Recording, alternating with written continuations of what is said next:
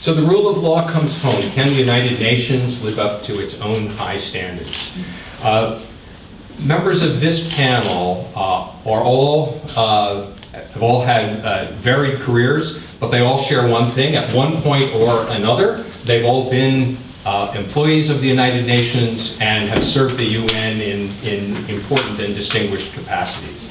So this is a group of people who looks at the United Nations and thinks about the extraordinary service that the UN has made to the world in areas like peacekeeping, prevention of disease, issues of refugees.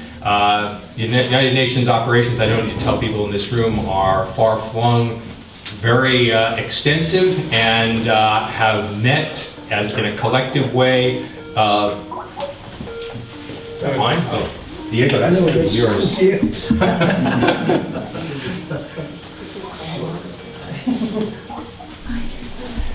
Have met the world's needs in an extraordinary number of ways. But with such far-flung, extensive operations that do enormous amount of good in the world, there also can be situations in which the organization or its representatives, through negligence or through other means, can do harm in one way or another. So the issue before us today is, how does the United Nations think about, deal with, prepare for, prevent, react to situations in which its accused or its members or its representatives are accused of one form or another of wrongdoing? How do you balance the attempt to seek the truth, to hold people and individuals and the organization itself accountable, while at the same time leaving the way clear for the United Nations to be able to continue to do the extraordinary important work that it does? That's the subject today, and we'll introduce some specific examples of times where, and issues where this issue has come to the fore in recent years, and draw on the expertise of our panelists here, as well as members of you in our conversation. So let me briefly, just very briefly, introduce members of our panel. I think through their initial comments, you'll also get to know a bit more about them and their particular set of experiences. So immediately to my right, we have Undersecretary General Hans Corell, former Undersecretary General for the United Nations for Legal Affairs. That is to say, the man who was the United Nations top legal officer for a number of years, and therefore on the front lines of this kind of issue. Hans Corell also been a lawyer and a judge and a servant of his country, native country, Sweden, and been involved in a variety of different international law commissions and programs in the years since his retirement from the United Nations.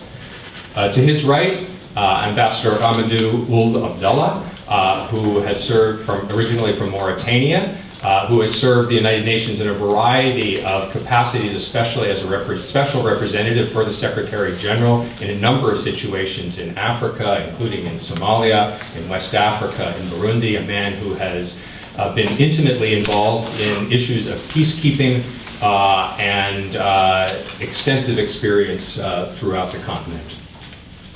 To his right, Justice Richard Goldstone, currently the chair of the advisory board of the center, a justice of the Constitutional Court in South Africa, served the United Nations as the chief prosecutor for the United Nations tribunals for the former Yugoslavia and Rwanda in 1994 through 1996, and also involved in the years since his retirement from the Constitutional Court of South Africa as a servant of the United Nations in investigations, indeed including investigations of the United Nations himself. He'll speak to that issue.